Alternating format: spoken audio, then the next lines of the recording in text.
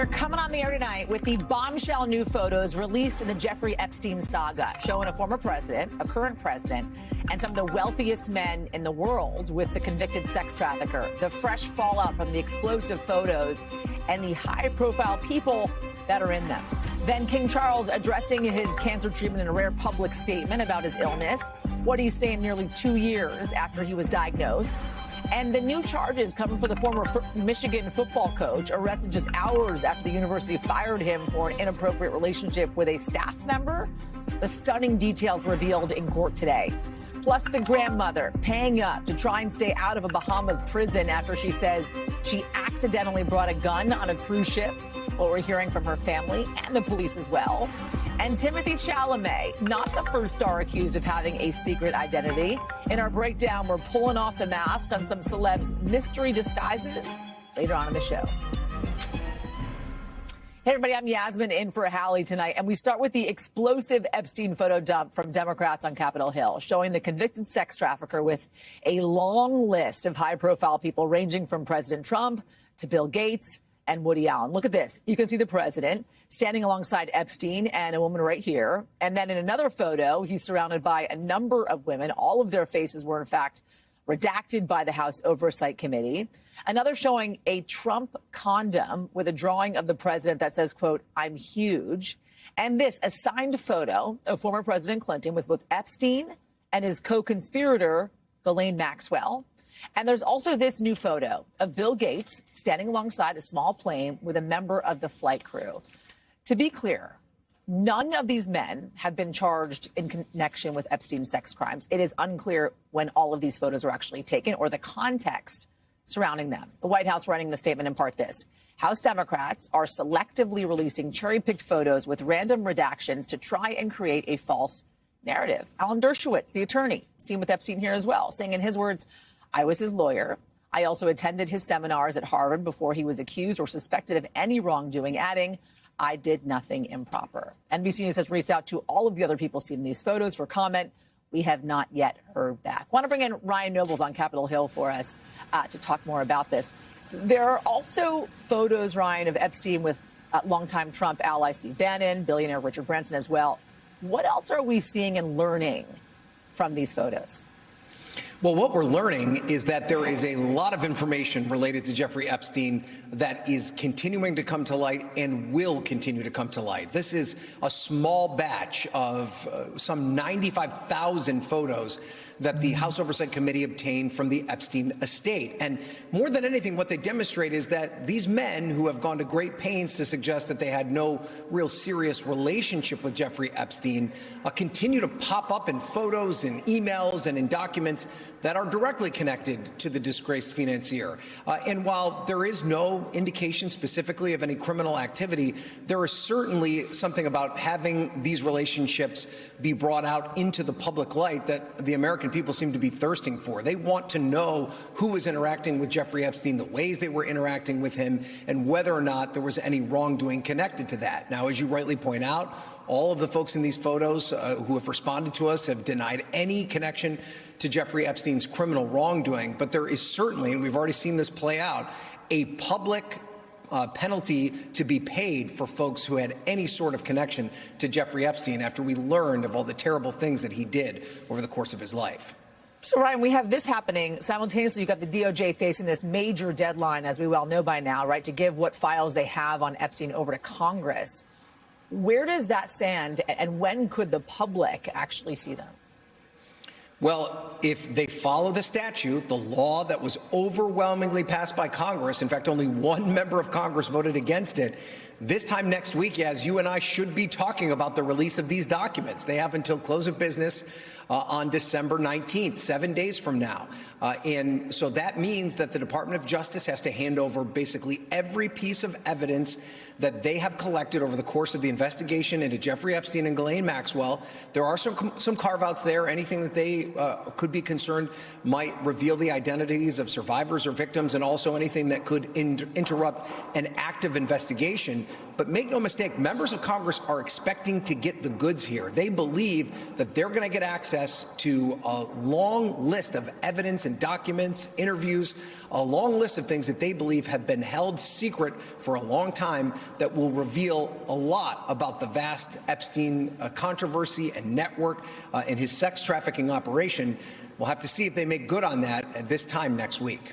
To be clear, Ryan, we could actually see those documents the same day Congress sees them?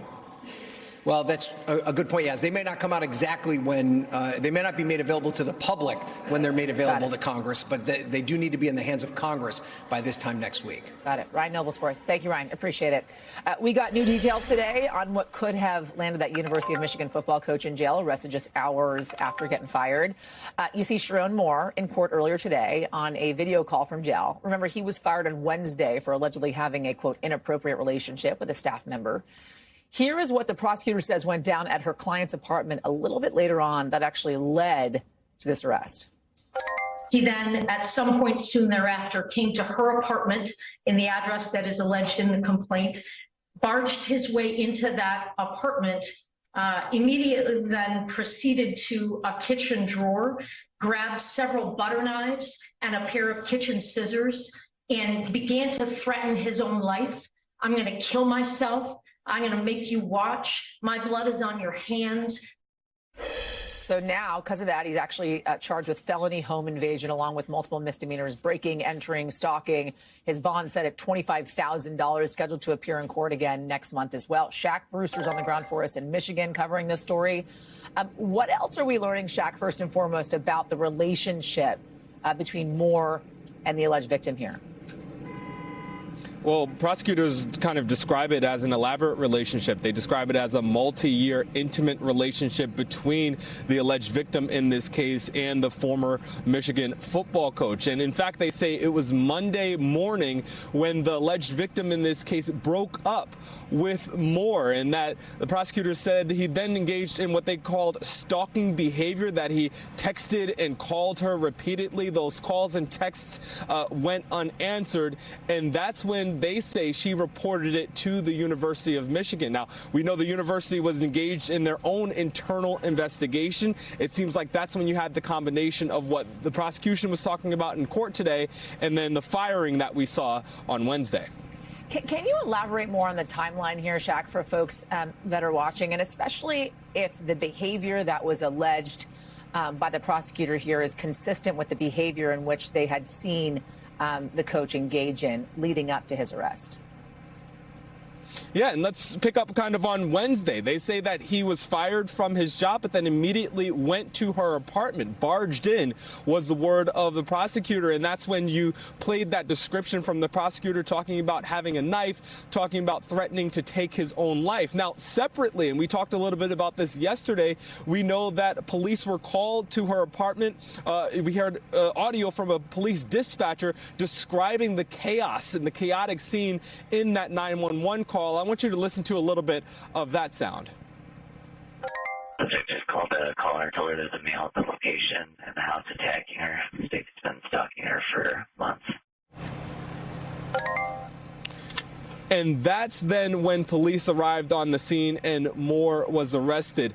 By the way, we learned that he has now made bond. He's paid that bond. The judge ordering in the hearing today a $25,000 bond. He has now been released, but there are many conditions for his release. You see them on your screen now, including no use of alcohol or drugs.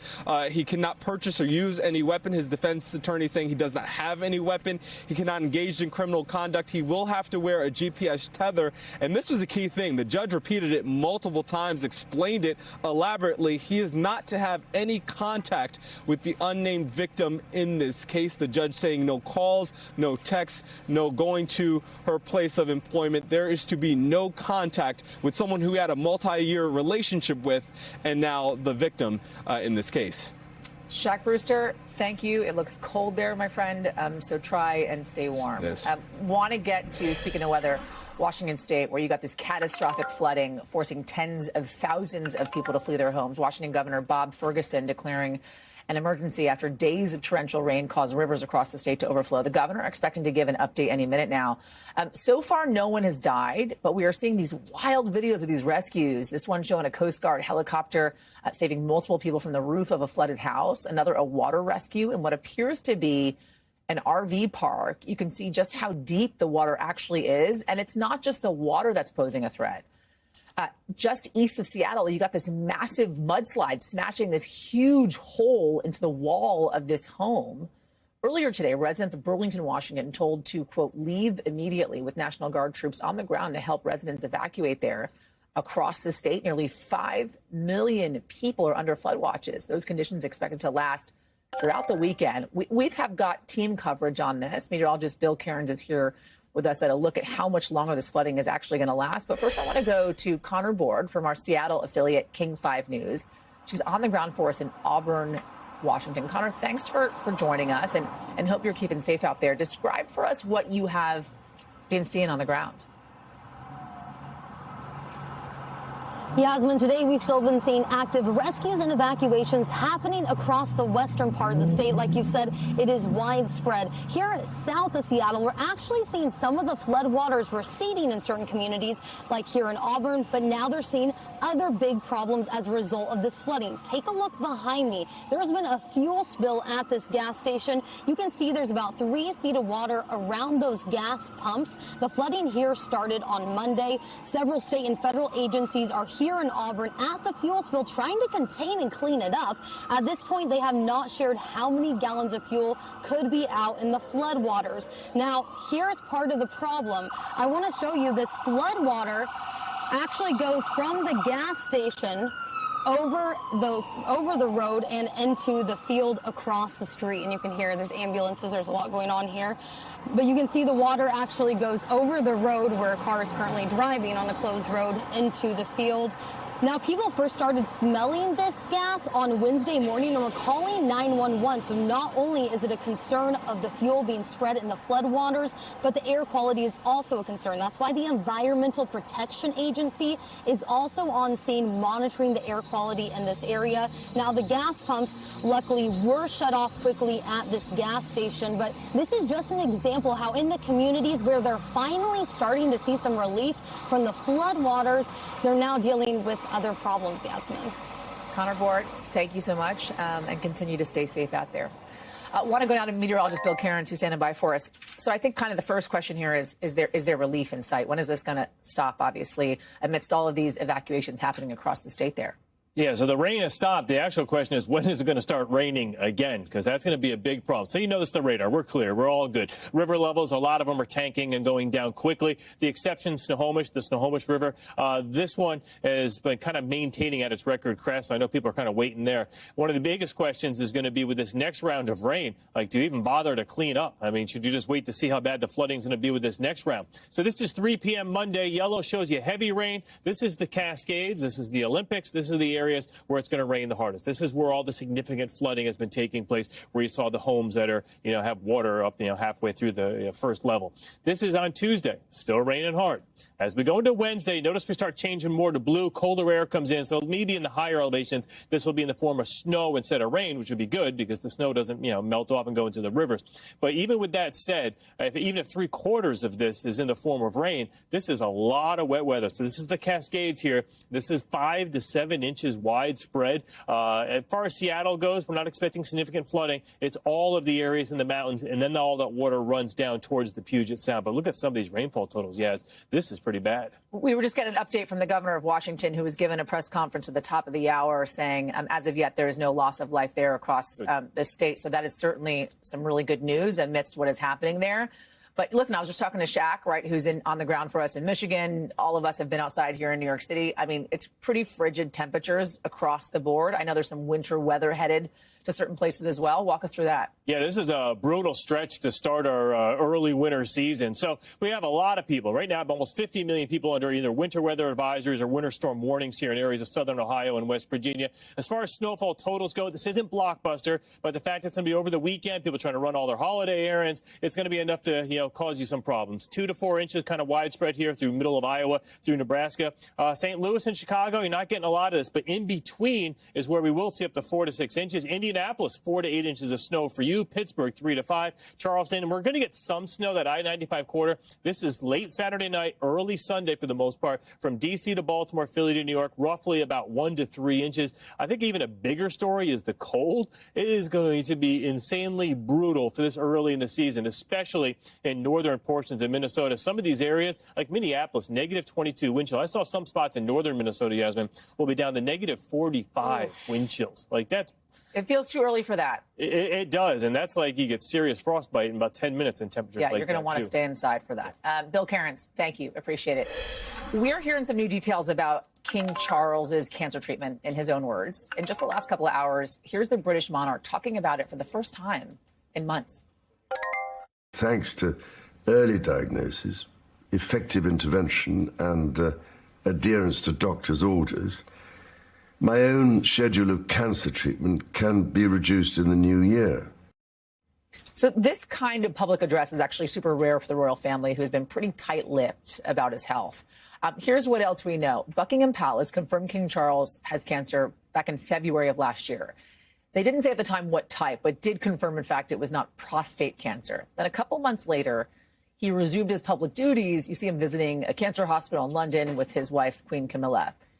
Then he was hospitalized earlier this year for what the palace says was side effects from his treatment. And then in April, he talked about his cancer diagnosis for the first time publicly, saying it brought out the best in humanity. I want to bring in Claudio Lavanga, who has been covering this for us. What else, Claudio, are we learning this evening about his treatment?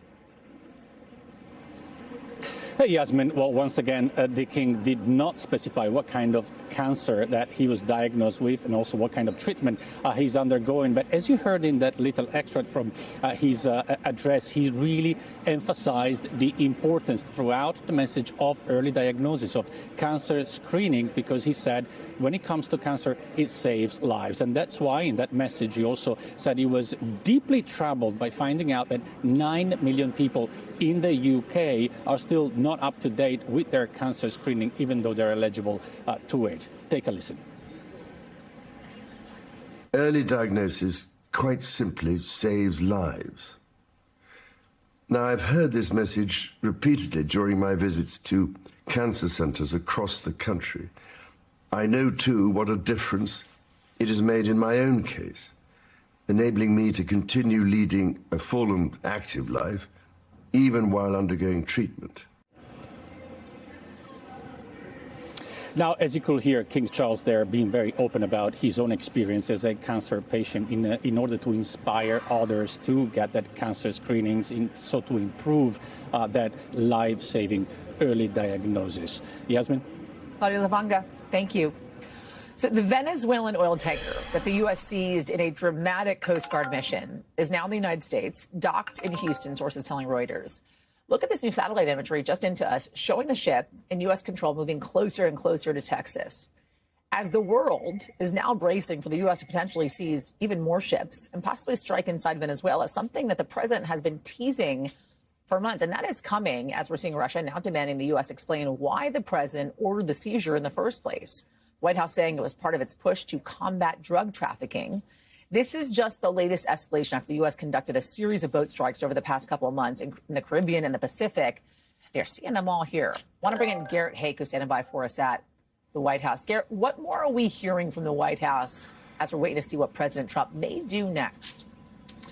Well, the White House is pretty clearly telegraphing that this is just sort of a midway point in a pressure campaign against the Venezuelan government that will continue. The president was asked about yesterday whether this sort of low-level conflict that we're having with Venezuela has moved from being just about drugs to also about oil. He indicated that, yes, it's about that, and it's also still in his mind about immigration, about gangs from Venezuela that are operating in the United States. And he continued to say that strikes on land in Venezuela could be coming soon. Obviously, that would be a far more significant escalation even than seizing this ship, which didn't belong to the Venezuelan government, but was carrying cargo in the form of oil, obviously critical to the Venezuelan economy. And so all the points seem to be heading in one direction here, towards more pressure on Nicolas Maduro and his government in Venezuela. So now you have the Russian government essentially saying, well, why did you seize it in the first place, right?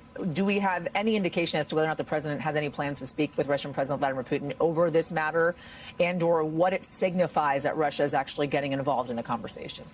Yeah, no knowledge of any particular calls, although I will say the president has backed off his direct conversations with Putin because of the stalemate that we're essentially in right now over the Ukraine peace plan. I'm not sure that this statement from Russia matters much yet, Yasmin, and here's why. I mean, Russia and Venezuela are allies on paper. They both, because of sanctions from the U.S. and other nations, have had to sell their oil on the black market. They've had to make use of these shadow fleets and kind of not participate in the normal energy markets that the rest of the world uses. But I don't see Russia hurrying to Venezuela's defense here in any significant way. I don't see them deploying naval assets or saying that they want to stand up for the Maduro regime. They seem to be kind of attempting to be caught saying the right things by way of their ally, but so far no indication that they're actually doing anything more than kind of voicing some protest here publicly. Garrett Haake, thank you. All right now, the jury in the trial of a Massachusetts man who says he dismembered his wife but did not kill her, just wrapping up their first day of deliberations in the last hour. That is after they heard closing arguments a little earlier today. The defense reminding the jury that sometimes people do bad things out of shock. When something sudden and unexpected happens, something tragic, your ability to come to terms with it, when it's such a dynamic, such a tragedy, you change. You change. So an important reminder here, his legal team says he did dismember his wife, Anna, out of panic when he found her dead unexpectedly. Walsh has also admitted to lying to police. But the prosecution saying just a little later that Brian Walsh had a very clear motive. Anna Walsh is dead because he murdered her. He didn't just want her dead, he needed her dead. This was a marriage in crisis, and it was heading towards a breaking point. So in order for the jury to find him guilty of the first-degree charge, prosecutors have to prove three things here: that Brian Walsh caused Anna's death, that he intended to kill her, and that he killed her with deliberate premeditation or after a period of reflecting on it. I want to bring in Misty Maris to talk more about this. And, you know, the jury has gone home for the evening. You would think at this point, there's a lot of folks sitting at home listening to this, scratching their heads going, listen, this is an open and shut case. If I were on that jury, this is how I would decide, right? It's not necessarily as open and shut as it seems, right? No, certainly not. And first of all, obviously, prosecutors have the burden to prove their case beyond a reasonable doubt. You have a case where there's no body, so prosecutors have really focused on potential motive in order to establish that deliberate premeditation. And I think this is where the jury could really be grappling in that room. Deliberate premeditation, first-degree murder, or the lesser included offense, second-degree murder. He did kill her. It was intentional, but it lacks that element of the planning. So that could be something that the jury is working through based on the evidence that they've seen. We oftentimes try to discern where the jury is going with this when it comes to the questions that they're asking while they're in deliberation, right? Today they asked for, it seems, two exhibits. One was a photo of a plastic container with, quote, clumped substance and blood clot. And then you had another exhibit of Anna actually lying on the rug. What do you make of those two first asks that we got from the jury so far? So these are actually linked. So that picture of Anna on the rug is what prosecutors used to establish that the rug that was ultimately recovered from a dumpster, which had those very substances in the other exhibit, blood clots, hair, it was the same rug that Brian Walsh had actually removed it from the home and replaced it with a home goods rug. So it's linking the death or something happening in that room, in their living room, and trying to show that there's a link to that rug. So that's really significant. And that speaks to where the jury is as far as the prosecution's case. Do we know the makeup of the jury? 6 men, 6 women. Got it. Misty Maris, thank you. Thank you. We're going to be following this. Coming up, dramatic new testimony today in the trial of the man accused of killing the United Healthcare CEO. What one police officer said he realized at the scene of Luigi Mangioni's arrest. Plus, the terrifying moment of a truck narrowly missing a kid getting off a school bus. We're going to show you the video. We'll be right back.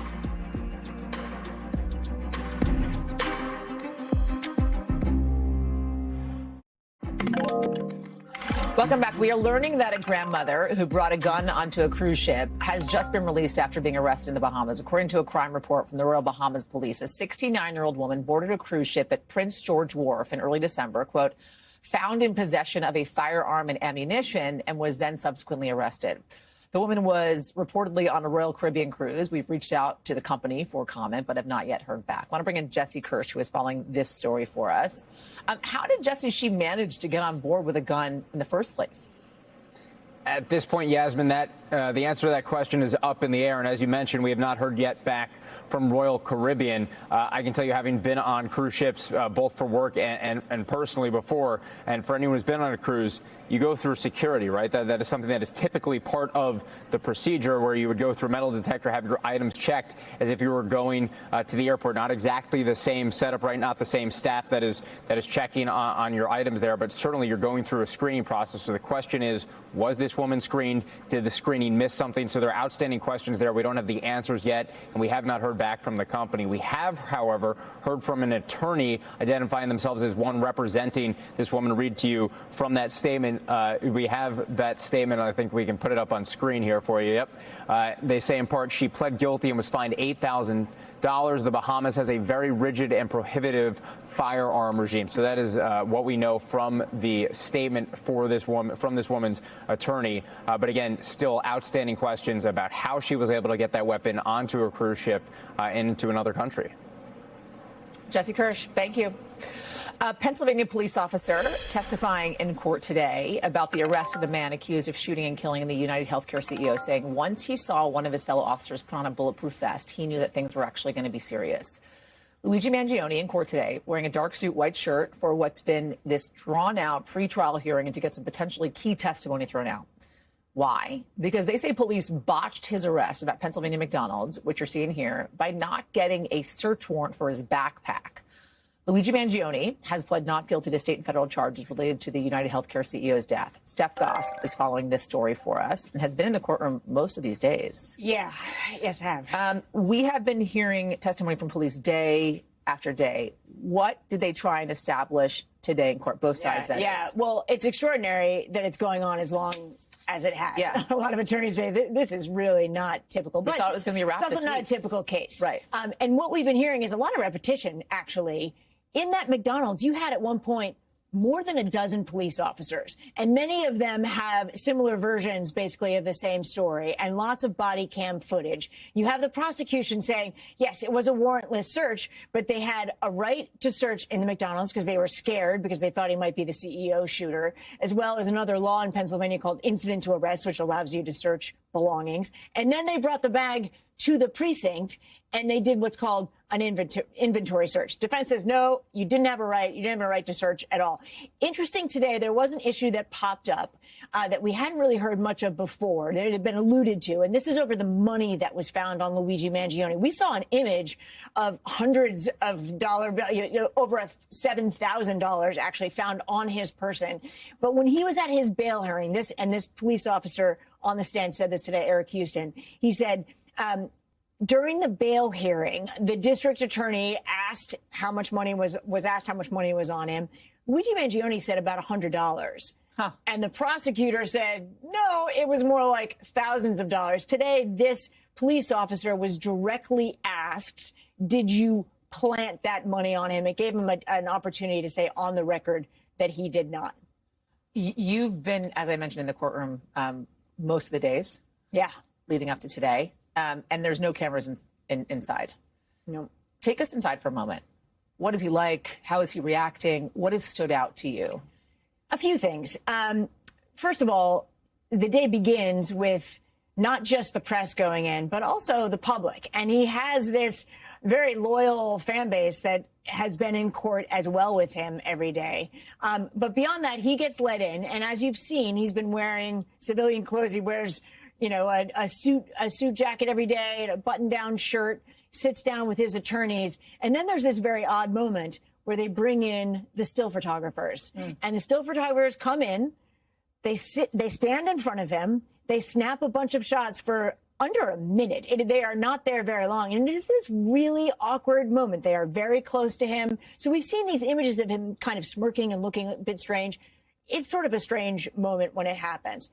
The other thing that I would say is that this body cam footage is really fascinating. The public has only seen about 2 minutes of it, but it plays out for a while, and you see after this morning, we're looking at it right now. Following those 2 minutes, there's this fascinating period of time, Yasmin, when, and they testified to this, these responding officers, where they realize they've been given a fake ID and they believe that he is the suspect. Looking for. Yeah, the suspect, right? But they believe maybe Mangione doesn't think that he's been caught out. So they try to be cool with him. And it is very odd. There's a moment when they ask him, one of the officers says to him, "What are you eating for breakfast?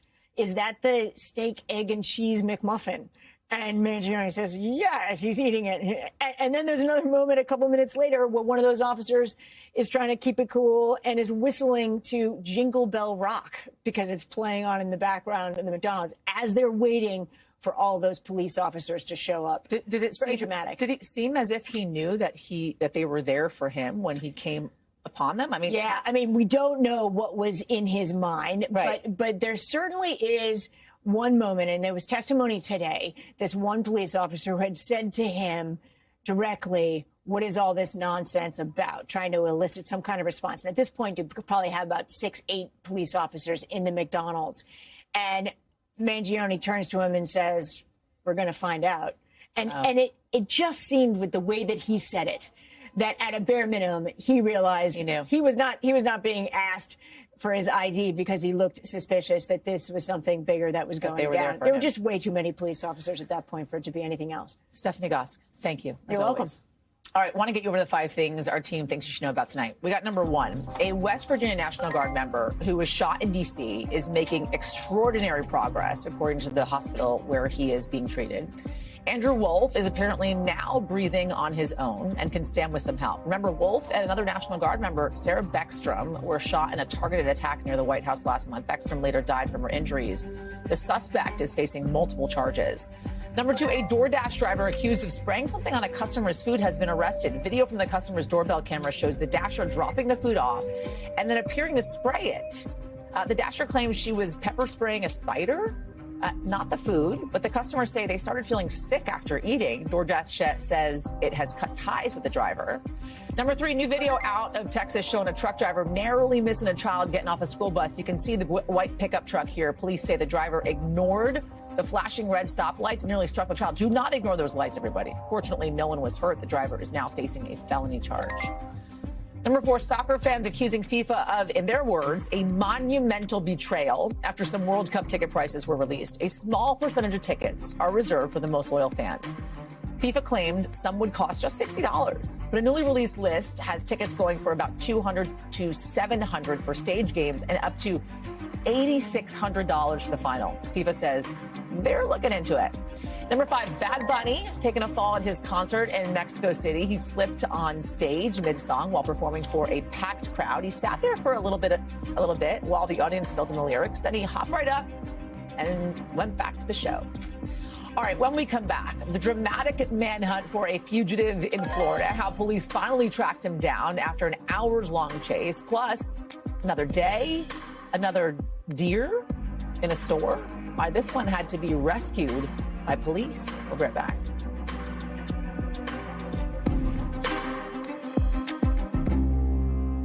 All right, let's get to a dire situation in Gaza. Torrential rain pouring down on the war-torn strip. You see the wreckage, people using shovels to clear the rubble after one building crumbled under the heavy rains, while others are wading through these tent cities.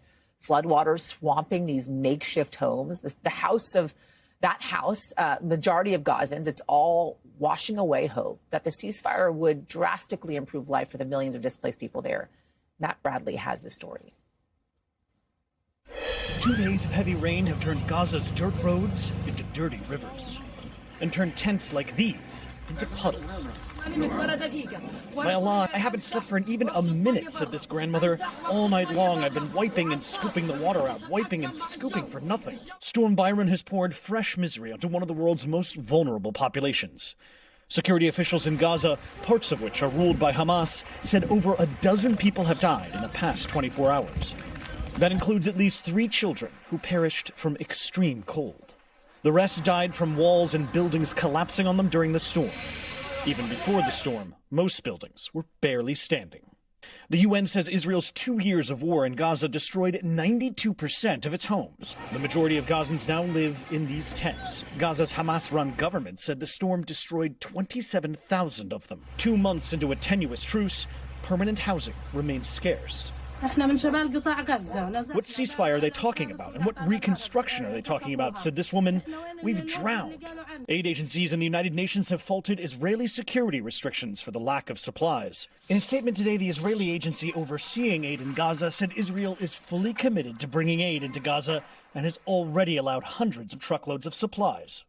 But Gazan officials say fewer than half of the more than 37,000 truckloads of aid that the ceasefire should have allowed to enter Gaza have actually been let in. But a permanent home will be too late to save Ahmed Ibrahim's niece Raghad. When the family woke up to their cold tent, they found her dead. There are no blankets, no supplies. We have absolutely nothing. He said, "This is our first casualty, and we'll lose many more." Matt Bradley, NBC News, Tel Aviv. Thank you, Matt, for that. So NBC covers hundreds of stories every day, and because it's tough to read, watch, or listen to all of them, our bureau teams have done it for you. This is what they tell us is going down in their regions in a segment that we call The Local. From our Northeast Bureau, the Transportation Department threatening to pull millions in funding from New York, accusing the state of improperly issuing commercial trucking licenses to non-citizens. It's coming after a truck driver that Secretary Duffy says was not authorized to be in the U.S. made an illegal U-turn, causing a crash that killed 3 people last summer. New York officials say they're following all federal rules for licenses. From our Southern Bureau, police in Florida on an hours-long manhunt after a suspect sped off from a traffic stop. You can see him crashing his car and then running into a marshy area. Police used everything from K-9 teams to an air unit to find him. The suspect, who is now in custody, is apparently listed as an Interpol fugitive with multiple warrants. Also from our Southern Bureau, a new video showing a deer jumping through a shop in Tennessee. You see police here trying to wrangle the panicked deer running around the store. Eventually, the running then stopped. When it got stuck in a chair, police gently escorted the deer outside, where it wedged itself outside of the chair.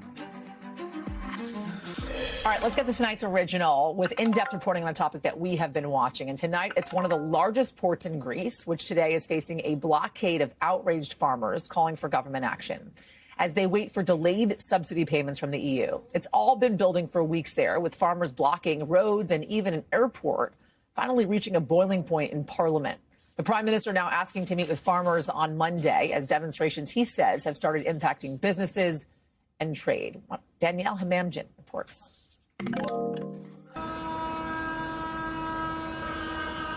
All over Greece, farmers sounding the alarm, mobilizing tractors and now fishing boats around major ports to block activity at the docks. It's all becoming a familiar scene because for nearly 2 weeks, angry farmers across the country have been united in one goal: to cause as much disruption as possible. They've deployed thousands of tractors and trucks along major roads and highways, blocked the border with Bulgaria, even briefly closing an airport on the island of Crete, at times clashing with police. The reason for these blockades? Our villages are empty. The countryside is empty, says this farmer. We're up to our necks in debt and we can't take it anymore. The mounting anger triggered by delays and a shortfall of more than $700 million in aid and other payments by the European Union. We're at the end of our game, but we want justice for our children, so there's a chance for anyone to return to our village, he says. The delays in payments were prompted by investigations into a corruption scandal in which hundreds of suspects allegedly faked and lied about land ownership to qualify for funds. The scheme lasted years, with millions of dollars made in false claims, according to Greece's Minister of Civilian Protection. The result? Ongoing audits making it harder for legitimate landowners to receive their money. We reached out to the European Commission's Office on Agriculture and Rural Development for comment, but have not heard back. Making matters worse, an outbreak of sheeppox that's led farmers having to cull thousands of sheep and goats. 450,000 sheep have been slaughtered so far, and authorities haven't carried out vaccinations, said the president of one farming association. The country is no stranger to widespread economic protests. Remember the debt crisis in 2011? People took to the streets violently. It took years to resolve, but the Greeks bounced back, one of the faster-growing European economies of the last 5 years. Public debt is down and consumer spending is strong. But now the Greek Prime Minister and his centre-right government, under pressure and criticism over the scandal, urging protesters to stop their nationwide blockades and promising significant payments to be sent out by the end of December. So far, it's not clear those vows will stop the blockades. Many farmers say they're willing to protest right through Christmas, potentially disrupting holiday plans for thousands of people if those payments don't come through. Back to you. The president, as I said, taking questions at the White House after signing a bill honoring the 1980 Olympic men's ice hockey team's miracle on ice, beating what was then the Soviet Union. Let's take a listen to what the president is saying right now. What conversation today? We're not here. As great as the Soviet victory was, and it was an incredible victory, but if we lose to Finland, it would have been, God, if you only could have beat Finland. What was the score? 4-2. We were losing 2-1 going into the third period. That would have been a downer. So can you imagine? We're not having this conversation. You are not inviting us to the White House. We are not receiving this honor if we don't beat Finland. So I think it speaks volumes of the team and the team that I played on to come back after such a great victory. We were ready to play Finland on Sunday. And I think, again, that's a tribute to the team and the type of players that we had. So years later, 45 years later, we realize how important that victory was against the Soviets. But I think a lot of us take great pride in knowing that we closed the deal by beating Finland. If you didn't win that final game, we're not here. Nobody would. We wouldn't have played. You wouldn't be here. I would not have invited you. I would have said, "You gotta be kidding." Yeah, what happened to Finland? Mike, if you drive an Uber. Very funny. A little truth to that. But you did win. What's the lesson for Ukraine from this win from 45 years ago when you defeated Russian team against all odds? Well, it's a similar situation, isn't it? Let's see what happens. We're working on seeing if we can make a deal right now. We're gonna see. We'll soon know, I guess. We're gonna see a lot of death. Last month, fellas, 25,000 soldiers were killed in Ukraine and Russia. 25,000. Can you imagine that? It's ridiculous. Maybe we should send our team over. If I could, you guys were a team of amateurs.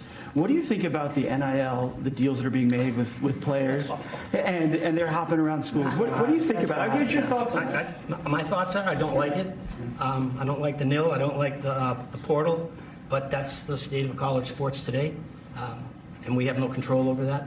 I don't like it, and a lot of people that I spoke to don't like it either. But we have no say in it. Well, I think we maybe do have a say. I think that it's a disaster for college sports. I think it's a disaster for the Olympics because, you know, we're losing a lot of teams. The colleges are cutting a lot of they would call them sort of the lesser sports, and they're losing them like at numbers nobody can believe. And they were really training grounds, beautiful training grounds, hard-working, wonderful young people.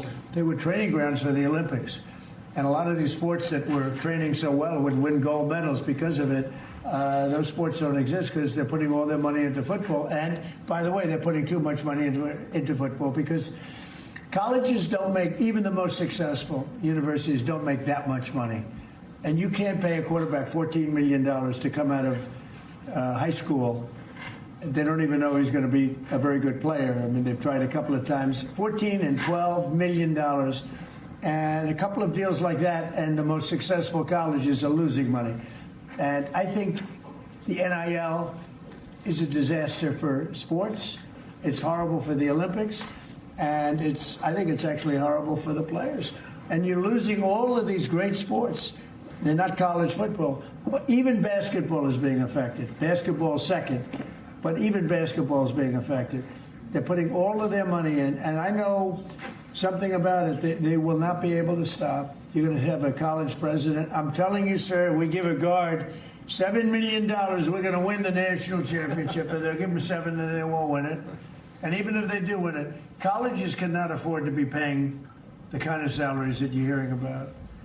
And frankly, if you didn't have a very strong salary cap in sports, and even then, in professional sports, they'd all be out of business, everyone.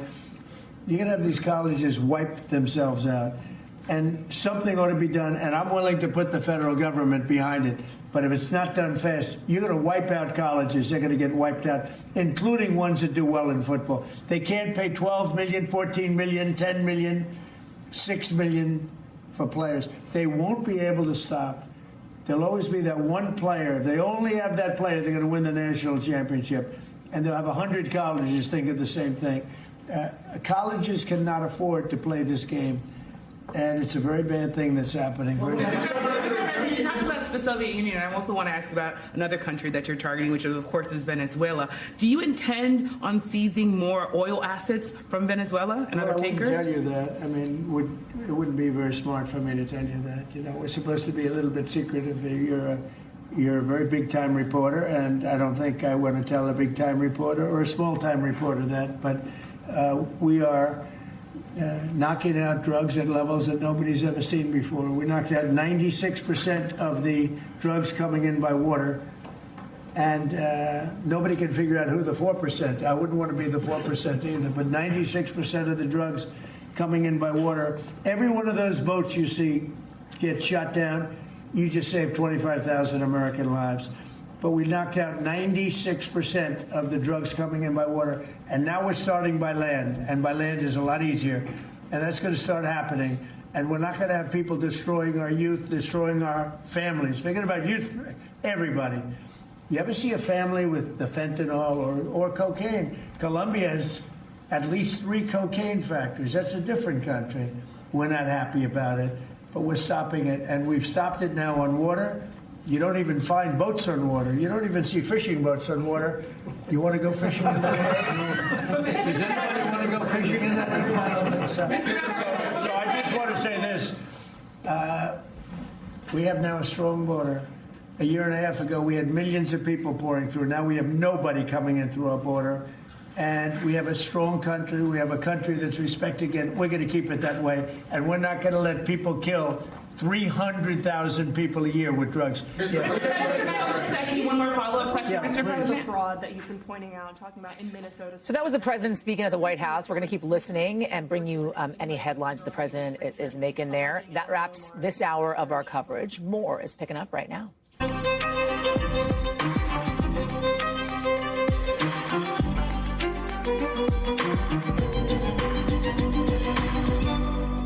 We are coming on the air tonight with the bombshell new photos released in the Jeffrey Epstein saga, showing a former president, a current president, and some of the wealthiest men in the world with a convicted sex trafficker. The fresh fallout from the explosive photos and the high-profile people that are in them.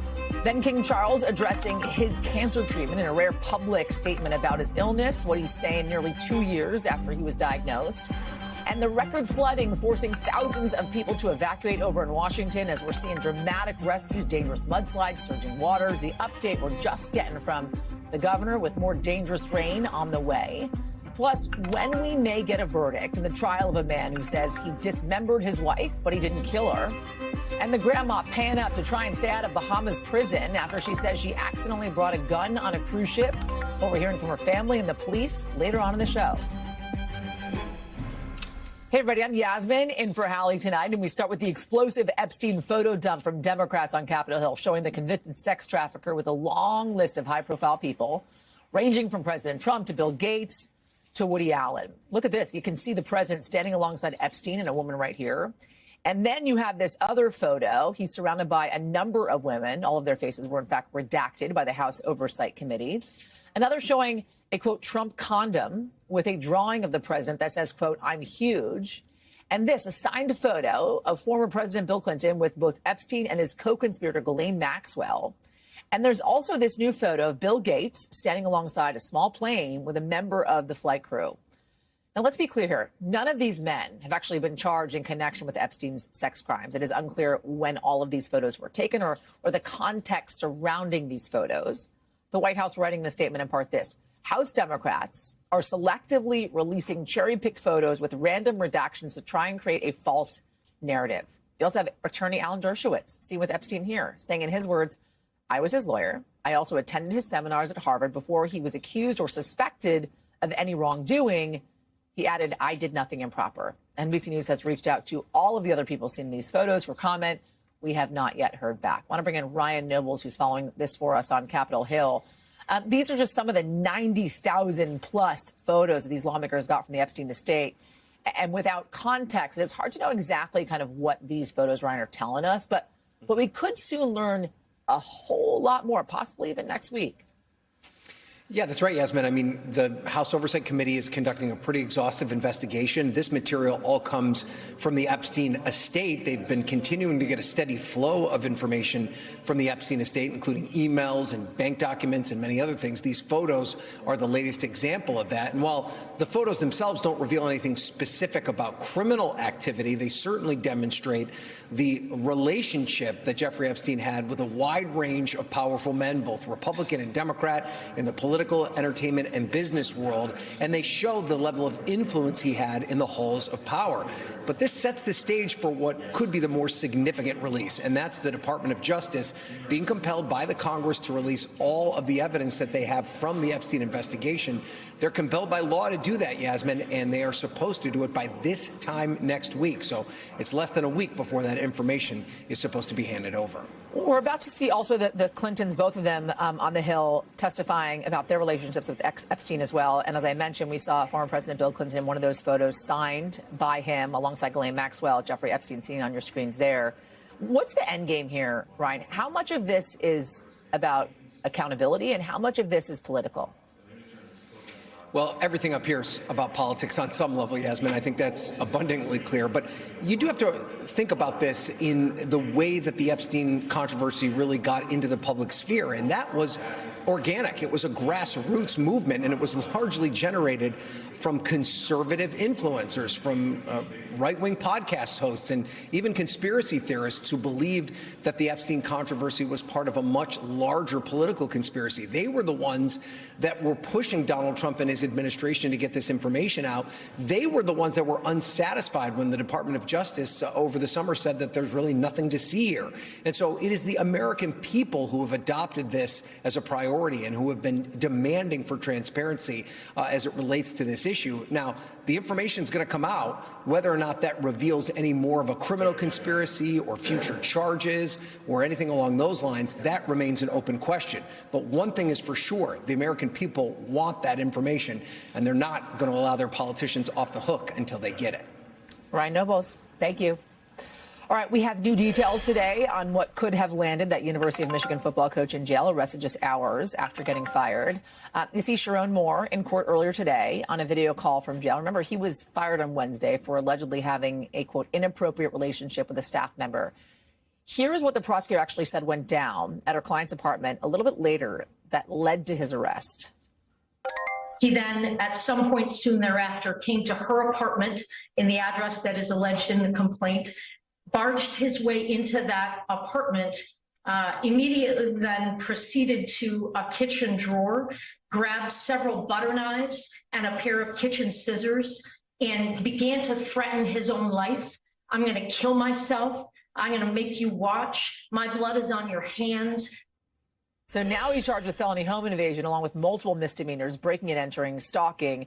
He's now on a $25,000 bond. He's scheduled to appear in court again next month. Jack Brewster's on the ground for us in Michigan. What else, Jack, did we learn in court today?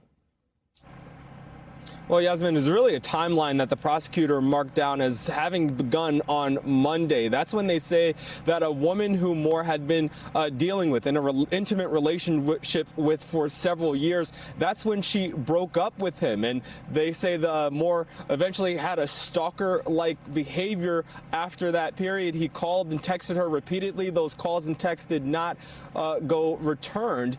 She eventually reported it to the University of Michigan, and that's when he was fired after they conducted their own internal investigation. Now, what you just heard the prosecutor describe in the beginning of this segment with the knife, with the threats to kill himself, that all happened after he was fired on Wednesday. They say he barged into our apartment, and that's when that took place before he was then later arrested without incident. So this is dramatic details that we're learning, a pretty big development from what we've learned and heard the past couple of days. We, of course, knew that he was in jail. We knew that he was being detained, but we didn't know the true extent of what led up to that. The prosecution clarifying that a little bit today. you talk more about the timeline in leading up to his arrest, dating back all the way to Monday? And did this woman allege any kind of prior behavior that was problematic from him leading up to their breakup?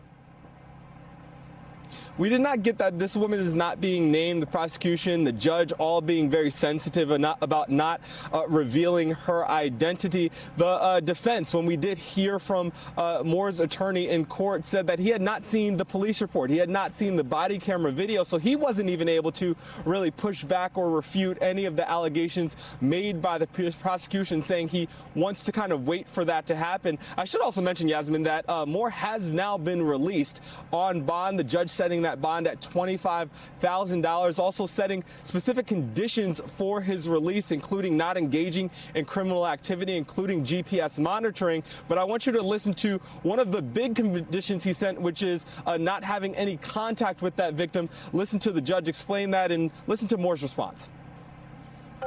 The named victim's address will not be placed on the record, but you may not go to that location for any reason whatsoever. Are we understood on the no contact and no go to, sir? Yes, Your Honor.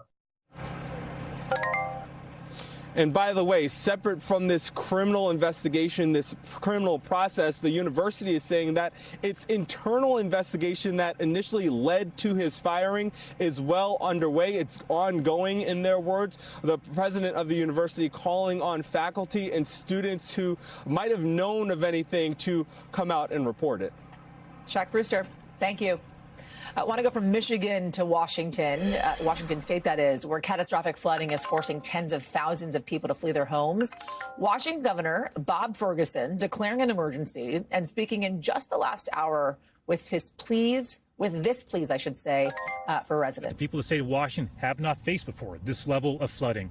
And so we encourage, of course, individuals to follow the orders from their local officials when it comes to evacuation orders. So the governor warning people not to end up in one of those dramatic rescue videos like this one showing a Coast Guard helicopter saving multiple people from the roof of a flooded house. Another a water rescue, a water rescue, I should say, in what appears to be an RV park. You can see just how deep the water actually is. And it's not just the water that's posing this threat. You see here just east of Seattle, a massive mudslide smashing a huge hole into the wall of this home. Earlier today, residents of Burlington, Washington, told to leave immediately with National Guard troops on the ground to help residents evacuate there. So far, no deaths have been reported. We have got team coverage on this. We've got meteorologist Bill Karen to stand by for us on what is to come. I want to first go to Camilla Bernal. She's on the ground for us there in the state of Washington, in Burlington, Washington, to be specific. What have you been seeing so far there, Camilla?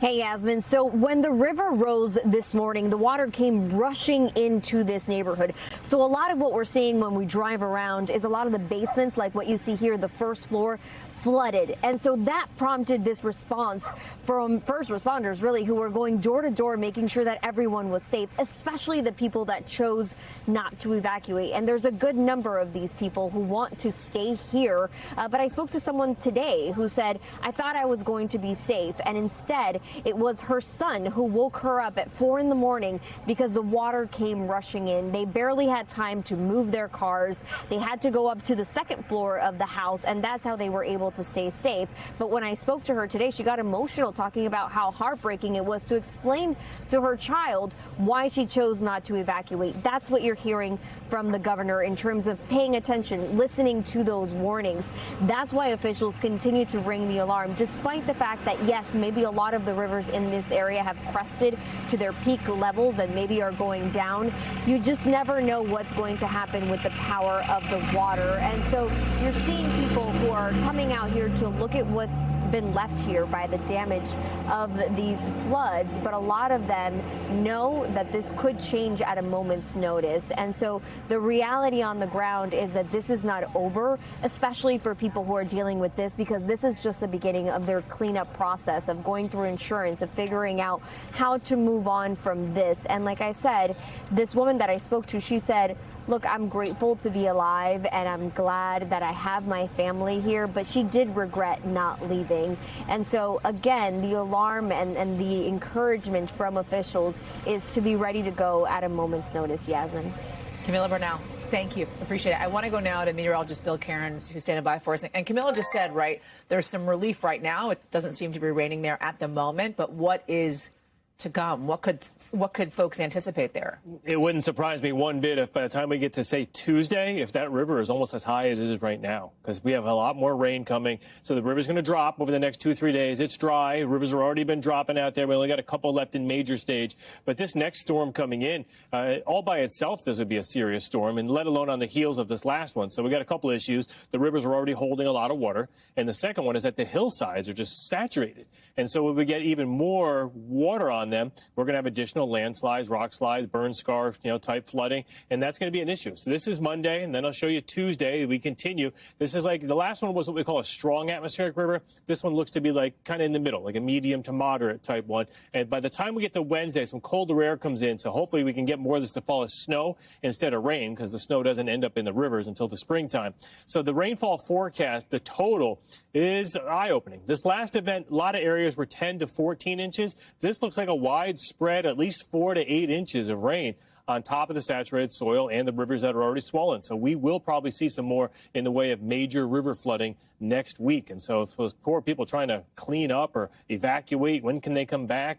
A lot of questions still to be answered. So you got the wet weather out west. You've also got freezing temperatures, it seems, across the country. More to come on that. Yeah, I'd say the snow is kind of typical for this time of year. It's going to be a narrow band. It is going to go from the northern plains tonight down through areas of Iowa, tomorrow Illinois and Indiana. Some areas here along the Ohio River will get some decent snow. I mean, enough to do some sledding and play in it, but also you have to drive in it too. So Des Moines 2 to 4 inches. Chicago and St. Louis, it kind of goes in between you. So anyone traveling central Illinois, that's where you could get that 3 to 6 inches. And then some of the higher totals will be found in areas of Ohio, West Virginia, areas around Pittsburgh, 3 to 5 inches, Cleveland around 4 to 8. And for the first time this winter, even areas on the I-95 corridor, including New York City, Philadelphia, and Boston, will get some snow. Not a big deal. 1 to 2 inches, and it'll be kind of fluffy. But the cold is, this is going to make some headlines. I mean, we're expecting wind chills negative 40 in areas of Minnesota. So we get to that category, that gets dangerous. So just keep an eye on that. I know you're used to it. You get it every winter, but it's happening. Brutal. Yeah, you got to run errands. People are still doing decorations. It's just not fun. Still a shock to the system, even if you're used to it. Bill Cairns, thank you. We have some breaking news that we're following now. The president, just in the last couple of minutes, as we recover in this, refusing to say what he might do next in his intensifying military campaign against drug trafficking in Venezuela. Watch this. Do you intend on seizing more oil assets from Venezuela and Well, I other wouldn't tankers? tell you that. I mean, it wouldn't be very smart for me to tell you that. We're not happy about it, but we're stopping it, and we've stopped it now on water. He's also telling reporters that he knows nothing about the new photos released by House Democrats we just told you about of high-profile men, including him, alongside Jeffrey Epstein. Want to bring in Garrett Haake, who's standing by for us at the White House. What more, Garrett, are we hearing from the White House on Venezuela as we're waiting to see what the president may, in fact, do next there? Well, the president is being somewhat cautious here. Yeah, has been trying to keep all of his options open. He has been suggesting for weeks that the strikes against these drug boats would be expanded and could soon strike targets on land. He said that again today was coming. He refused to answer specifically whether more boats would be seized in a similar manner, although I was told by a senior administration official 2 days ago that they didn't have any other warrants in hand like they did for this vessel to seize any additional ones. And he also continued to kind of lump neighboring Colombia in here as a country he's not happy with. He said that in the past, too, suggesting that Colombia's cocaine industry might make them a target of future U.S. strikes. So nothing definitive here from the president, but a lot of options clearly still on the table. The president was also answering a question from Yamiche Alcindor, our colleague, saying he knows nothing about the new photos released of these high-profile men, including himself, former President Bill Clinton, Steve Bannon as well, just to name a few. Richard Branson. What more are we learning about that and where the White House stands on the release of these 90,000 plus photos now? I thought his answer here was interesting, Yasmin, because it's the kind of answer that he probably could have given weeks ago and saved himself a lot of trouble. He said what everyone knows to be true, that Jeffrey Epstein was a major presence in Palm Beach for a long time, and that he's not surprised that there are these pictures that involve him and other powerful men from that period. It is an undisputed fact that the president was friends with Epstein for decades before any of Epstein's behavior and later crimes were exposed. The president's taken a much more combative of tone going back months now about questions about Epstein. Tonight he said simply what the truth of the matter is here, that Epstein was a big player in that scene, and the questioning moved on. Your take. Thank you. All right, we are hearing new details about King Charles's cancer treatment in his own words in just the last couple of hours. Here's the British monarch talking about it for the first time in months. Thanks to early diagnosis, effective intervention and adherence to doctors' orders, my own schedule of cancer treatment can be reduced in the new year. So despite the fact that they're doing more of these, this kind of public address is actually super rare for the royal family, who's been pretty tight-lipped, especially about the king's health. Here's what else we know. Buckingham Palace confirmed King Charles has cancer in February last year. They didn't actually say what type, but they did confirm it is not prostate cancer. Then a couple of months later, he resumed his public duties. You see him visiting a cancer hospital in London with his wife, Queen Camilla. Then he was hospitalized earlier this year for what the palace says was side effects from his treatment. Then in April, he talked about his cancer diagnosis for the first time publicly, saying it brought out the best in humanity. Claudio Lavanga is joining me now. What else, Claudio, are we learning this evening about his treatment? Hey, Yasmin. Well, once again, the king did not specify what kind of cancer that he was diagnosed with and also what kind of treatment he's undergoing. But as you heard in that little extract from his address, he really emphasized the importance throughout the message of early diagnosis, of cancer screening, because he said when it comes to cancer, it saves lives. And that's why in that message he also said he was deeply troubled by finding out that 9 million people in the UK are still not up to date with their cancer screening, even though they're eligible to it. Take a listen. Early diagnosis quite simply saves lives. Now, I've heard this message repeatedly during my visits to cancer centres across the country.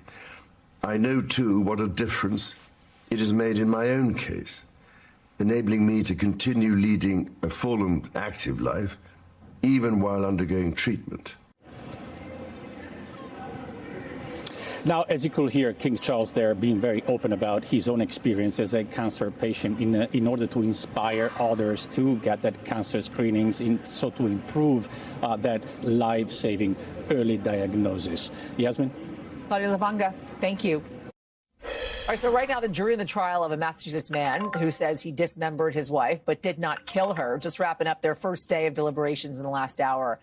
That is after they heard closing arguments a little earlier today. The defense reminding the jury that sometimes people do bad things out of shock.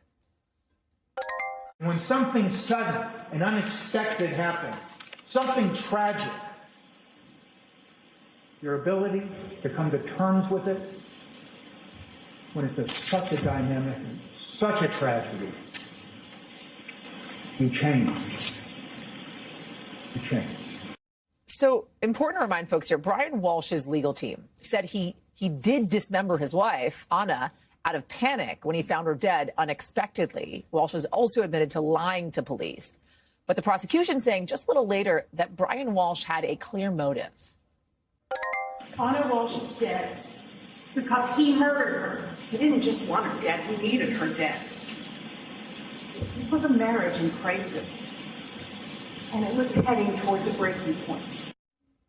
So in order for the jury to find him guilty of the first-degree charge, prosecutors have to prove three things here: that Brian Walsh caused Anna's death, that he intended to kill her, and that he killed her with deliberate premeditation or after a period of reflecting on it. I want to bring in Misty Maris, who's been following this for us. So the jury also has the option here of finding Walsh guilty of second-degree murder, right? But I talked about kind of the prerequisite in finding him guilty with a first-degree conviction. Do you think the prosecution has done a good enough job in getting that? I do. I think the prosecutors have presented evidence that a reasonable jury could conclude that this was deliberate and premeditated. And I say that because the prosecutors, although they don't have to show motive in order to secure a conviction, focused on motive. They focused on acrimony in their marriage. Anna was having an affair. She was expressing to her paramour that she was concerned Brian knew about it. Also financial. There's this $2.7 million insurance policy. Brian's in financial strain. And Yasmin, there's another piece of evidence that I think kind of gets swept under the rug. all of those grisly searches are from after her death, right? So they don't speak to the before.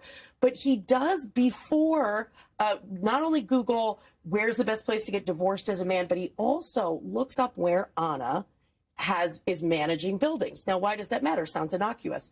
Well, remember his excuse for when she was missing is that she went on a work emergency and she disappeared. And that's the story that he told law enforcement. So prosecutors have connected that dot. So the reason he's looking up where she works is so that he can have this phony story after she disappears. The jury's not being sequestered, right? No. So what is the bar for sequestering a jury? Because there is a lot of media attention surrounding this trial, and feasibly one of them, they could be guided as to not turn on the television over the weekend, right? Yeah, it's really hard. But it's hard to avoid this, and you could turn on the TV and then be influenced, for instance, by watching this conversation that we're having right now. Absolutely, and so the bar is quite high. You know, the judge would ultimately make that determination. It's within the judge's discretion. But in general, the fact that a case is highly publicized in this day and age is not necessarily enough to get a case into sequestration, because it is such a burden on the jurors, you know, to have them not being able to go home and see their families, and they're over the weekend in a situation like this. So it is a delicate balance, but in today's day and age of the way information travels, it's something that the judge's instructions are used in order to combat any prejudice that comes from looking at the media. I know they've only been in deliberations for a couple of hours now after closing arguments wrapped today, but do you suspect this being kind of a long, drawn-out decision-making process, or do you feel as if they're going to get to it fairly quickly? I would be surprised if it goes too much further Monday, Tuesday. And I say that because jurors are instructed to use their common sense. You don't leave that at the door of the deliberation room. You bring it into the room. And I do think that if they're grappling about anything, maybe it's that difference between first and second degree murder, deliberate premeditation versus intentional. That's a little bit of a nuanced thing, but I think that we're probably going to have a decision sooner rather than later. And it's true that the jury does not know that, in fact, Brian Walsh has said that he dismembered her, but he didn't kill her. Correct. The jury doesn't know that detail. They don't know that he pled guilty to that charge. Right. They do know the story that the defense told, that he disposed of the body. And by the way, they saw all the tools up front. Misty Maris, thank you. All right, coming up, dramatic new testimony today in the trial of the man accused of killing the United Healthcare CEO. What one police officer said he realized at the scene of Luigi Mangione's arrest. Plus, the terrifying moment a truck narrowly missed a kid getting off a school bus. We're going to show you the video.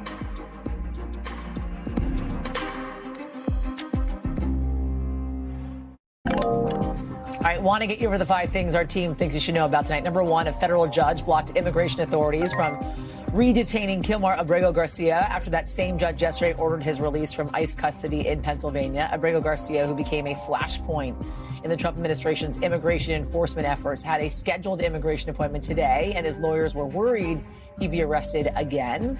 Number 2, Atlanta Falcons star Bijan Robinson apologizing for an insensitive comment he made on live television during an interview after last night's game. The Falcons won, and while he was talking about how they did, he referred to a game he played as a kid that includes a slur for gay people. Robinson apologized on social media, saying the comment is not reflective of his beliefs.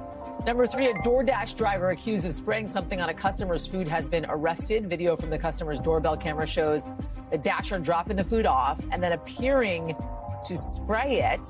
The Dasher claims she was pepper spraying a spider, not the food, but the customers say they started feeling sick after eating. DoorDash says it has cut ties with the driver. Number 4, new video out of Texas showing a truck driver narrowly missing a child getting off a school bus. You can see the white pickup truck here. Police say the driver ignored the flashing red stoplights and nearly struck the child. Fortunately, nobody was hurt. The driver is now facing a felony charge. Number 5, soccer fans accusing FIFA of, in their words, a monumental betrayal after some World Cup ticket prices were released. A small percentage of tickets are reserved for the most loyal fans. FIFA claimed some would cost just $60, but a newly released list has tickets going for about $200 to $700 for stage games and up to $8,600 for the final. FIFA says they're looking into it. All right, we are learning that a grandmother who brought a gun onto a cruise ship has just been released after being arrested in the Bahamas. According to a crime report from the Royal Bahamas Police, a 69-year-old woman boarded a cruise ship at Prince George Wharf in early December, quote, found in possession of a firearm and ammunition and was then subsequently arrested. The woman was reportedly on a Royal Caribbean cruise. We've reached out to the company for comment, but have not yet heard back. Jesse Kirsch is joining us now. How did Jesse She manage to get on board with a gun in the first place? At this point, Yasmin, the answer to that question is up in the air. And as you mentioned, we have not heard yet back from Royal Caribbean. I can tell you, having been on cruise ships, both for work and personally before, and for anyone who's been on a cruise, you go through security, right? That is something that is typically part of the procedure, where you would go through a metal detector, have your items checked as if you were going to the airport. Not exactly the same setup, right? Not the same staff that is checking on your items there, but certainly you're going through a screening process. So the question is, was this woman screened? Did the screening miss something? So there are outstanding questions there. We don't have the answers yet, and we have not heard back from the company. We have, however, heard from an attorney identifying themselves as one representing this woman. Read to you from that statement. We have that statement. I think we can put it up on screen here for you. Yep. They say in part she pled guilty and was fined $8,000. The Bahamas has a very rigid and prohibitive firearm regime. So that is what we know from the statement for this woman, from this woman's attorney. But again, still outstanding questions about how she was able to get that weapon onto a cruise ship into another country. Jesse Kirsch, thank you. A Pennsylvania police officer testifying in court today about the arrest of the man accused of shooting and killing the United Healthcare CEO, saying once he saw one of his fellow officers put on a bulletproof vest, he knew that things were actually going to be serious. Luigi Mangione in court today, wearing a dark suit, white shirt, for what's been this drawn-out pretrial hearing and to get some potentially key testimony thrown out. Why? Because they say police botched his arrest at that Pennsylvania McDonald's, which you're seeing here, by not getting a search warrant for his backpack. Luigi Mangione has pled not guilty to state and federal charges related to the United Healthcare CEO's death. Steph Gosk is following this story for us and has been in the courtroom most of these days. Yeah, yes, I have. We have been hearing testimony from police day after day. What did they try and establish today in court? Both sides, that is. Well, it's extraordinary that it's going on as long as it has. Yeah. A lot of attorneys say this is really not typical. We thought it was going to be a wrap. It's also not a typical case. Right. And what we've been hearing is a lot of repetition, actually. In that McDonald's, you had at one point more than a dozen police officers, and many of them have similar versions, basically, of the same story, and lots of body cam footage. You have the prosecution saying, yes, it was a warrantless search, but they had a right to search in the McDonald's because they were scared because they thought he might be the CEO shooter, as well as another law in Pennsylvania called incident to arrest, which allows you to search belongings. And then they brought the bag to the precinct, and they did what's called an inventory search. Defense says, no, you didn't have a right. You didn't have a right to search at all. Interesting today, there was an issue that popped up that we hadn't really heard much of before, that it had been alluded to, and this is over the money that was found on Luigi Mangione. We saw an image of hundreds of dollar, over $7,000 actually found on his person. But when he was at his bail hearing, this police officer on the stand said this today, Eric Houston, he said, during the bail hearing, the district attorney asked how much money was asked how much money was on him. Luigi Mangione said about $100. And the prosecutor said, no, it was more like thousands of dollars. Today, this police officer was directly asked, did you plant that money on him? It gave him an opportunity to say on the record that he did not. You've been, as I mentioned, in the courtroom most of the days. Yeah. Leading up to today. And there's no cameras inside. No. Take us inside for a moment. What is he like? How is he reacting? What has stood out to you? A few things. First of all, the day begins with not just the press going in, but also the public. And he has this very loyal fan base that has been in court as well with him every day. But beyond that, he gets let in. And as you've seen, he's been wearing civilian clothes. He wears, a suit jacket every day and a button-down shirt, sits down with his attorneys. And then there's this very odd moment where they bring in the still photographers. And the still photographers come in, they stand in front of him, they snap a bunch of shots for under a minute. They are not there very long. And it is this really awkward moment. They are very close to him. So we've seen these images of him kind of smirking and looking a bit strange. It's sort of a strange moment when it happens. The other thing that I would say is that this body cam footage is really fascinating. The public has only seen about 2 minutes of it, but it plays out for a while, and you see after this morning, we're looking at it right now. Following those 2 minutes, there's this fascinating period of time, Yasmin, when, and they testified to this, these responding officers, where they realize they've been given a fake ID and they believe that he is the suspect. Looking for. Yeah, the suspect, right? But they believe maybe Mangione doesn't think that he's been caught out. So they try to be cool with him. And it is very odd. There's a moment when they ask him, one of the officers says to him, "What are you eating for breakfast? Is that the steak, egg, and cheese McMuffin?" And Mangione says, yes, he's eating it. And then there's another moment a couple minutes later where one of those officers is trying to keep it cool and is whistling to Jingle Bell Rock because it's playing on in the background in the McDonald's as they're waiting for all those police officers to show up. Did it seem dramatic? Did it seem as if he knew that they were there for him when he came upon them? I mean, yeah, I mean, we don't know what was in his mind, right. but there certainly is one moment, and there was testimony today, this one police officer who had said to him directly, "What is all this nonsense about?" Trying to elicit some kind of response. And at this point, you could probably have about 6, 8 police officers in the McDonald's. And Mangione turns to him and says, "We're going to find out." And it just seemed with the way that he said it, that at a bare minimum, he realized he was not being asked for his ID because he looked suspicious, that this was something bigger that was going down. There were just way too many police officers at that point for it to be anything else. Stephanie Goss, thank you. You're welcome. All right, when we come back, the dramatic manhunt for a fugitive in Florida, how police finally tracked him down after an hours-long chase, plus another day, another deer in a store. Why this one had to be rescued by police. We'll be right back.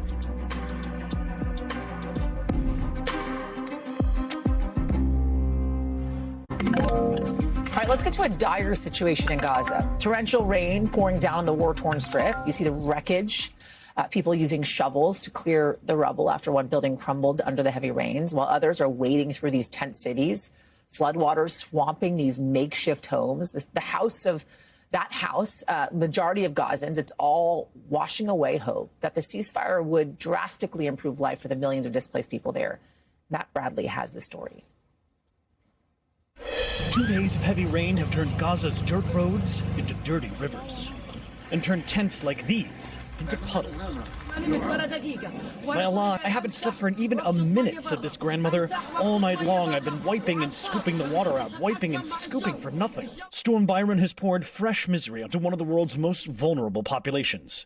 Security officials in Gaza, parts of which are ruled by Hamas, said over a dozen people have died in the past 24 hours. That includes at least 3 children who perished from extreme cold. The rest died from walls and buildings collapsing on them during the storm. Even before the storm, most buildings were barely standing. The UN says Israel's 2 years of war in Gaza destroyed 92% of its homes. The majority of Gazans now live in these tents. Gaza's Hamas-run government said the storm destroyed 27,000 of them. 2 months into a tenuous truce, permanent housing remains scarce. What ceasefire are they talking about, and what reconstruction are they talking about, said this woman. We've drowned. Aid agencies and the United Nations have faulted Israeli security restrictions for the lack of supplies. In a statement today, the Israeli agency overseeing aid in Gaza said Israel is fully committed to bringing aid into Gaza and has already allowed hundreds of truckloads of supplies. But Gazan officials say fewer than half of the more than 37,000 truckloads of aid that the ceasefire should have allowed to enter Gaza have actually been let in. But a permanent home will be too late to save Ahmed Ibrahim's niece Raghad. When the family woke up to their cold tent, they found her dead. There are no blankets, no supplies. We have absolutely nothing. He said, "This is our first casualty, and we'll lose many more." Matt Bradley, NBC News, Tel Aviv. Thank you to Matt for that. So NBC covers hundreds of stories every day, and because it's tough to read, watch, or listen to all of them, our bureau teams have done it for you. This is what they tell us is going down in their regions in a segment that we call The Local. From our Northeast Bureau, the Transportation Department threatening to pull millions in funding from New York, accusing the state of improperly issuing commercial trucking licenses to non-citizens. It's coming after a truck driver that Secretary Duffy says was not authorized to be in the U.S. made an illegal U-turn, causing a crash that killed 3 people last summer. New York officials say they're following all federal rules for licenses. From our Southern Bureau, police in Florida on an hours-long manhunt after a suspect sped off from a traffic stop. You can see him crashing his car and then running into a marshy area. Police used everything from K-9 teams to an air unit to find him. The suspect, who is now in custody, is apparently listed as an Interpol fugitive with multiple warrants. Also from our Southern Bureau, a new video showing a deer jumping through a shop in Tennessee. You see police here trying to wrangle the panicked deer running around the store. Eventually, the running then stopped. When it got stuck in a chair, police gently escorted the deer outside, where it wedged itself outside of the chair. All right, let's get to tonight's original with in-depth reporting on a topic that we have been watching. And tonight, it's one of the largest ports in Greece, which today is facing a blockade of outraged farmers calling for government action as they wait for delayed subsidy payments from the EU. It's all been building for weeks there, with farmers blocking roads and even an airport, finally reaching a boiling point in Parliament. The Prime Minister now asking to meet with farmers on Monday as demonstrations, he says, have started impacting businesses and trade. Danielle Hamamjian reports. All over Greece, farmers sounding the alarm, mobilizing tractors and now fishing boats around major ports to block activity at the docks. It's all becoming a familiar scene because for nearly 2 weeks, angry farmers across the country have been united in one goal: to cause as much disruption as possible. They've deployed thousands of tractors and trucks along major roads and highways, blocked the border with Bulgaria, even briefly closing an airport on the island of Crete, at times clashing with police. The reason for these blockades? Our villages are empty. The countryside is empty, says this farmer. We're up to our necks in debt and we can't take it anymore. The mounting anger triggered by delays and a shortfall of more than $700 million in aid and other payments by the European Union. We're at the end of our game, but we want justice for our children, so there's a chance for anyone to return to our village, he says. The delays in payments were prompted by investigations into a corruption scandal in which hundreds of suspects allegedly faked and lied about land ownership to qualify for funds. The scheme lasted years, with millions of dollars made in false claims, according to Greece's Minister of Civilian Protection. The result? Ongoing audits making it harder for legitimate landowners to receive their money. We reached out to the European Commission's Office on Agriculture and Rural Development for comment, but have not heard back. Making matters worse, an outbreak of sheeppox that's led farmers having to cull thousands of sheep and goats. 450,000 sheep have been slaughtered so far, and authorities haven't carried out vaccinations, said the president of one farming association. The country is no stranger to widespread economic protests. Remember the debt crisis in 2011? People took to the streets violently. It took years to resolve, but the Greeks bounced back, one of the faster-growing European economies of the last 5 years. Public debt is down and consumer spending is strong. But now the Greek Prime Minister and his center-right government, under pressure and criticism over the scandal, urging protesters to stop their nationwide blockades and promising significant payments to be sent out by the end of December. So far, it's not clear those vows will stop the blockades.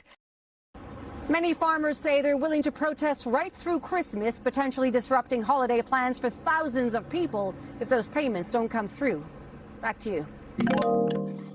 With the Winter Olympics in Milan just 2 months away, we're already seeing one of the most incredible comeback stories start to take shape. American skier Lindsey Vonn smoking the competition of the Downhill World Cup this morning, finishing her race about 1 full second ahead.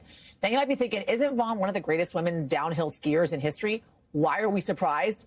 Well, she's 41 years old, making her the oldest person ever to win a World Cup in downhill skiing, and she's had knee surgery. Ryan Chandler has more. Well, Lindsey Vonn is proving that her incredible talent is not just in sheer speed, it's also in her endurance, the way she's been to persevere and prolong her career in such an incredible way. That performance that you saw on the slopes in Switzerland today was impressive for somebody of any age, especially for her, the oldest man or woman to win a World Cup in that way. Her performance, though, comes after a lot of adversity in her career. It was nearly 8 years ago, the last time that she got a World Cup victory. She was sidelined by injuries, had to ski through immense pain back then, but she got this groundbreaking surgery. That performance you saw, she actually did with a titanium implant in her right knee. Since then, she's changed her workout routine. She says she's working out 5 hours a day, 6 days a week, and says she is healthier than ever at a time going into the Olympics when a lot of the other prospects around the world are facing injuries of their own. So it's looking promising if Vonn is able to get to the Olympics and repower her career in this way. I will say one of the things that enticed her to try and restart her career and go back to Cortina is that course on which the Olympic hopefuls will compete in Cortina come February. She's already won 12 World Cup victories on that same course. So she knows it. She's ready to go, coming out from this injury, coming in as the oldest woman ever to compete at such a high level. A huge addition for Team USA if she competes in the Olympics. And man, what a performance in Switzerland today. Yasmin. That is a wrap for this hour. You can watch Hallie on Sunday on Nightly News and back here Monday on NBC News Now. And don't forget, you can listen to Here's a Scoop wherever you get your podcasts. More coverage picks up right now.